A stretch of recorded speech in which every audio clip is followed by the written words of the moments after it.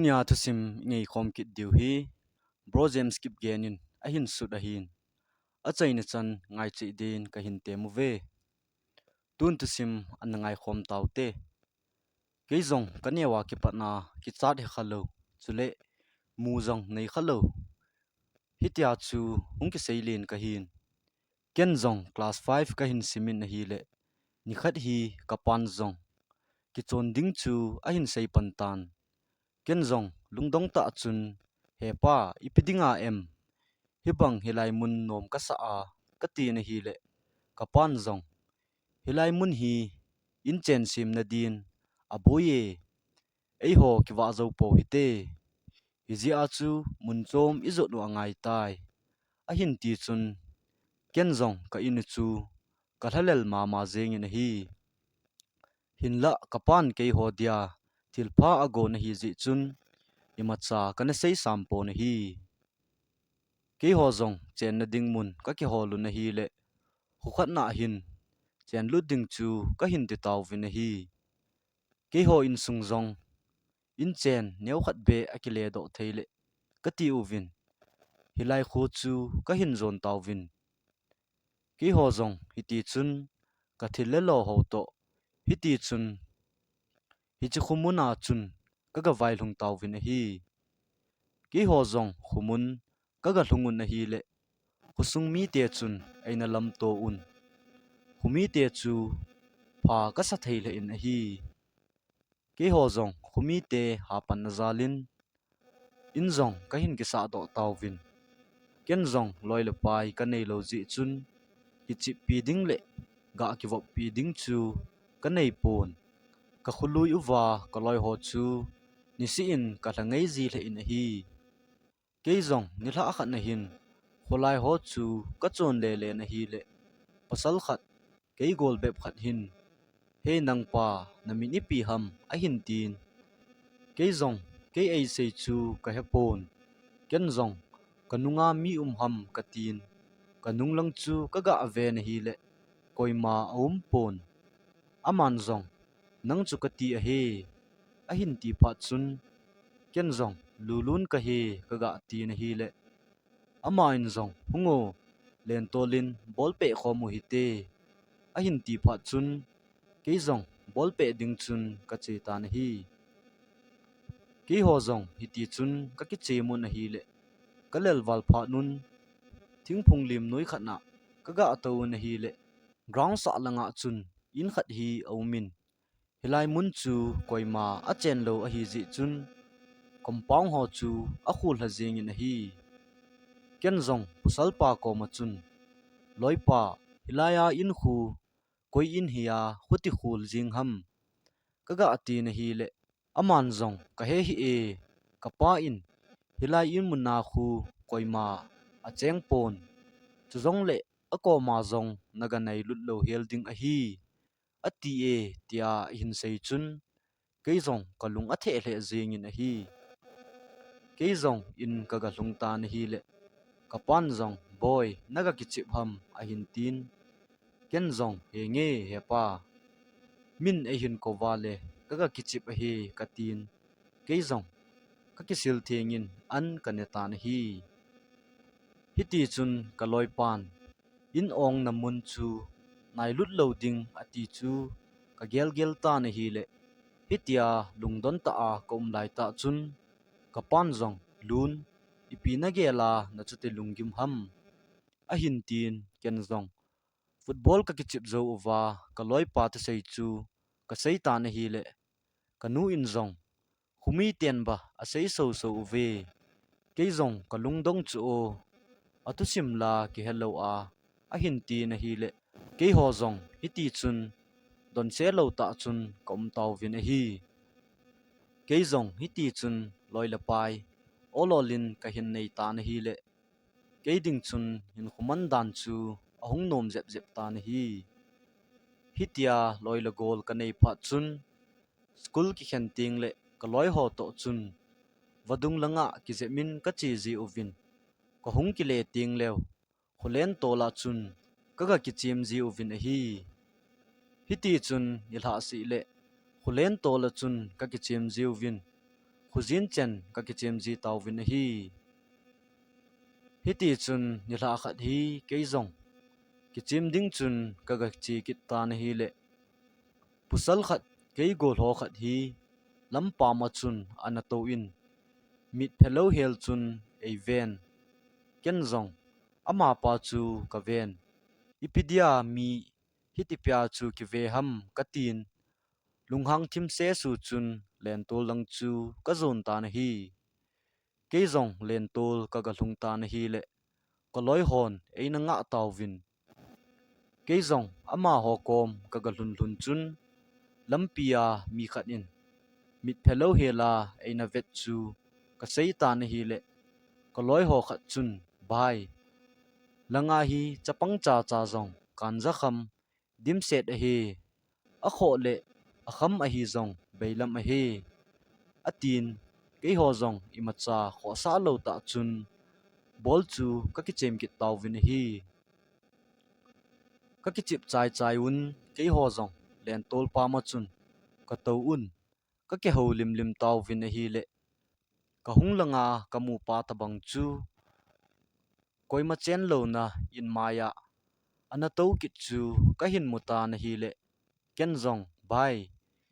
hilai in mu na khun azawa ka hin mu pa chu atowe ga ave uvo ka ti na hi le ko loi hon imacha amudi povin bai namit ki su lo hi tan te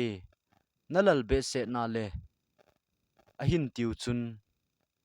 ken zong kamit kanoin in lang chu kaga vekin in na hi le koima anum kit tapo na hi ken zong bai kamukit tapo ye kati na hi le nalel wala le mulo din tin cheng namu a he atp tawvin na hi ken zong koloi pa komin bai a hi po ye ina khun ga chi hitin ako ma khun ga ve mo mong hite kati na hi le aman zong he nge jinglang le china te tun wang agei ta ye a hin tin ken zong he nge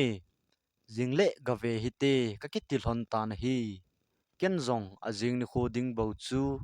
ka nga lel tan a jing ni khuwa school ki khen ding chu kapum nga lelin nilum ke in imadang gel lo chun in bo chu ka chitulung vil ta na hi anilha lang chun kaloi pa to ke ni zong ka ke ho han bang chun in chu gavet ding ka tilhonin a hi le hu awa na lai ji chun ki chip ding chu ka kho sa hlonin chom khat ki chip ma khuzin di kon le chi ding chun ka ke ho hlon ta na hi hi ti chun ke ho zong nom te in ka ki chemun chutia khu ahong zin tel tul pha chun mizo se in langa achi tan ke ni zong mi koima het lo chun in lang chu ka zol hon ta na hi ke ni zong in mun lang ka che hlonin get ka ga pha hlon chun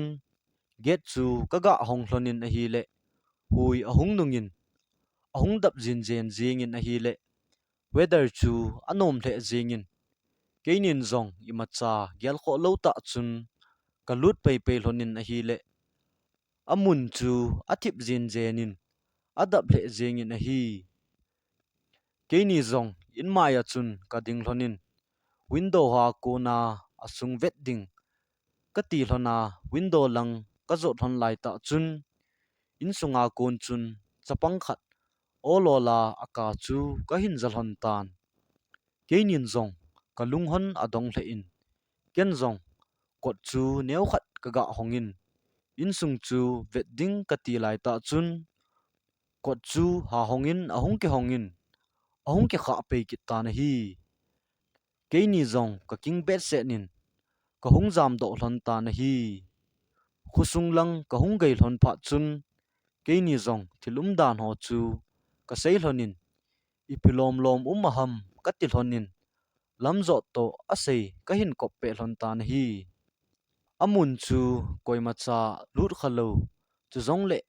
koiman ga chi nai ding zong agel kha lo a hin la keini ka ga lut hlon chu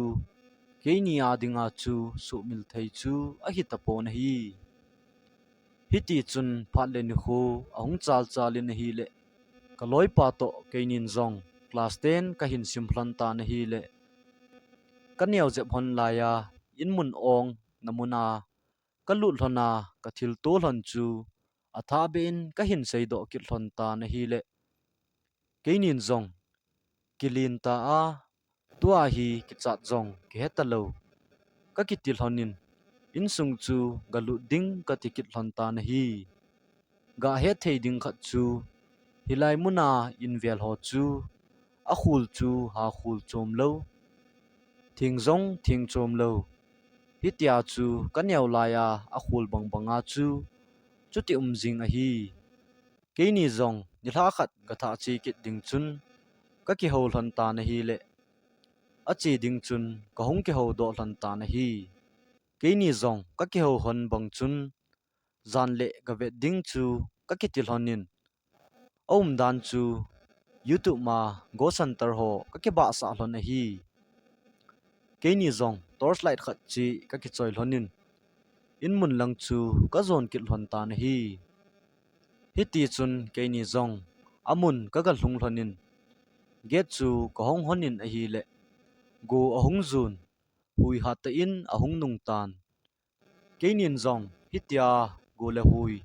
aki tho jing phat chun agan na thei pe na in sung chu lu na in sunga a khul to hui le go phat ding chu nga ding ka kitil hon tan hi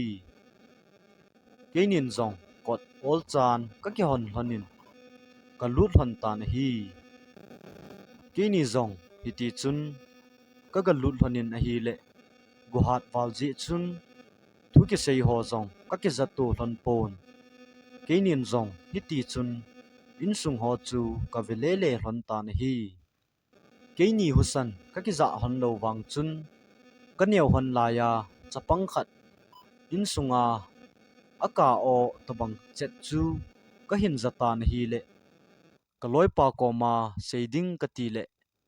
aman eiza pi lo ji chun imacha a hi thei pon ken zong mi ka na lang chu ololin kanai lut ta na hi le ka torch light ahung thin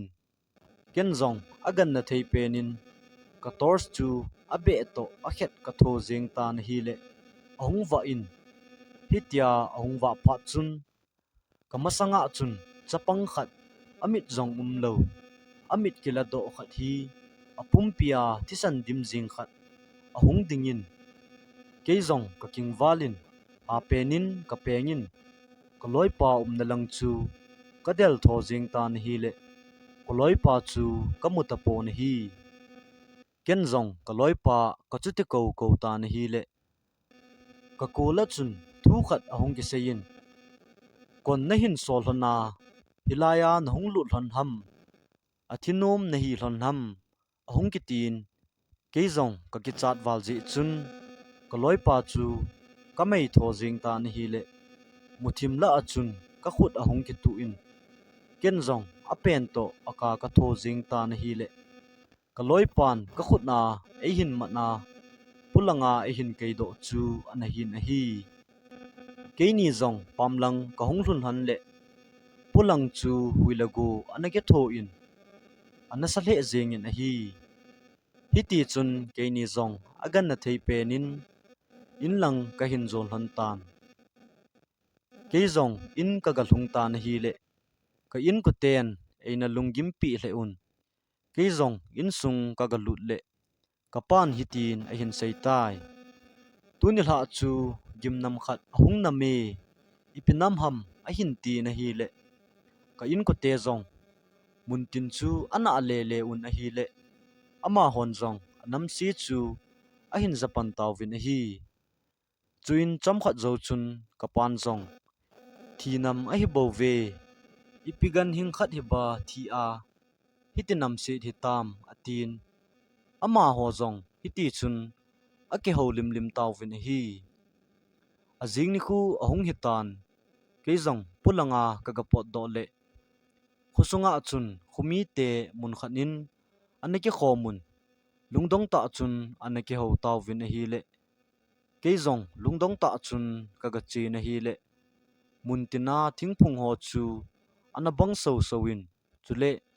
abul abal geya huin anmut do in hi keizong mi pi ho ki ho na chu ka ngai na hi le thilum dan hi adi thei tapon zan hla a chu mi hi hilai in mun ki sei gim na ya khu lu da hin te kot zong a ke honge atiu vin hiti chun a ke ho lim taw vin hi le keizong chu ka ki achal he jing ta na hi hiti chun keizong ki chata chun ka hung jing tan ni hla ho kum le ka loi pa to chun mi ki chip na zong zaw nom lo chun ke ni bo se chu ka ke ho zil honin in sung hlona ipithil ahung so dem ka ke ti zil honin hiti chun lungim ta chun kom jing hlon ta na hi zan si le kamang in ilai in mun ki sei gim ne ya thila chapang pa chu kamang mat jing in a hi le agu a chun ka gen thei pi le jing in a hi keizong ni khat hi ka loi pa ko ma chi ding ka ti na hi le ka loi pa pen gin chu pulanga kun chun ka hin zata na hi le keizong ka lungdon manin ka loi pa te in chu ka lut pe in a hi le ka loi pa chu amit kang ana le in o zong chu ama o hi talo in ka zan manga thila chapang ka mu ji pa o to chun ki lo ka sa hle in ken zong hitia lungdong ta a lung ka gel lai ta chun ka loi pan e hin ven aban hi nang na hi di a hi tai tia a hin sei chun ke zong ka ki a chawalin pulanga chun ka zam ta na hi hitia ka loi pan e hin vena aban nang na hi di tai a hin ti chu hu ho sa pun zong kanung a hin dal pezin ipi ati le na loi pa hi chana hi tho gimna amu ham tin e hung dong ta na hi le ken zong ka sei ngam ta pon ka ki chat ji chun i ma cha sei ngam loin ka ta na hi le ho sa pun zong ei chu ti do pha chun ken zong in ki sei gim nei muna ka chi hlona ka thil tol hon dan chu ka sei pi ta na hi le ho sa pu zong lungim ta chun au min a hi le ken zong ka ki chat wal ji chun he pa ke ni hi ipi ka ti hlon di tam ka zan manga zong hi chi thil ha chun ei su gim ji le e ka ti na hi le boy ima ti pon te atin ina ding chun ei solin ke zong ina ding chun ka chi ta na hi ken zong in lang ka hin zon in na hi le in mun ki sei gim nei chu ka gal mu na hi le in muna window a kun chun thila chapang pa chun e hin ven abang le e nui sanin abang le lunghang ta khun e hin vezi na hi le ke zong ka ki achawalin hakan ka kap ta na hi le kapan ka ka a hin za pha chun ke lang chu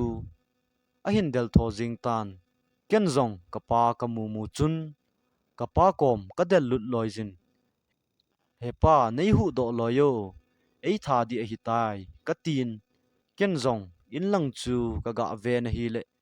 thila chapang pa chu ana ta pon ken zong ka masang lang chu ka ve na hi le ka mai lai ta chun thila chapang pa chu ana dingin thila pan zong ka mai chu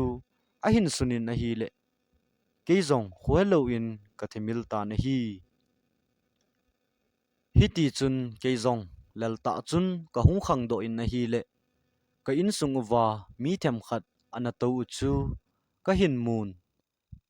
ke zong ka hung ki tho do le hungin le mikagin ka hin zan ke zong ka lung adong bet se nin ka pa ko ma chun khusunga hi ipi ham ka ti na hi le ka pan hi tin a hin sei tai na loi pa hi hitia ni hla khat anat banga chu zan khat hi nakit a bol thei chan a bol le a hung phan no ma ki chol a hitan zan pung som lani langin apui danin ake sei gim nei in mun langa chun hu hello in anachin in mun alhun hluna chu thila chapang pa chun kichip na a aneya anatha a hitai hitia kapan a hin sei chun keizong kaki achawalin kakap jing ta na hi le humi ten zong imati ponte kichahi in tua nong zong nakha a hitan izia chu huthim pu to in muna su thing na inei diu a hi olmo hi in a hin tiu vin keizong ajing ni khuwa chun katha ahung dom pha chun huthim pu pa to humi te chu akisei gim nei mun lang chu kazon taw vin a hi amun kaga hlun hlunun huthim pu pan zong kabol khil na hon zo si ngaidam athumin tukal mihim hin khu anung la kit lo ding chun asein chuzong le avela hilai in muna achen kit na lo diu chun thu apitan in so thing na chu anei taw vin a hi hichinya ki pat chun keizong imacha kato tapon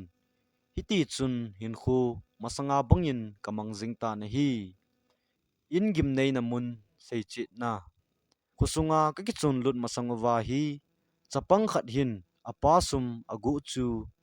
apan zep di ati le chapang pa hi anaki chawala thu sanga atia apa chu anatha ahin hitia apa atha chu ama le ama zong kidei mo wala ama le ama anaki thana mu thei lo ten alagau chu ala uwa mi anasu gan thei ziu a hi hizia chu koimacha hilai in mun ko ma zong aniki tha khalo a hi thusim hi chana hin akichai tai achai na chan hin ngai zo si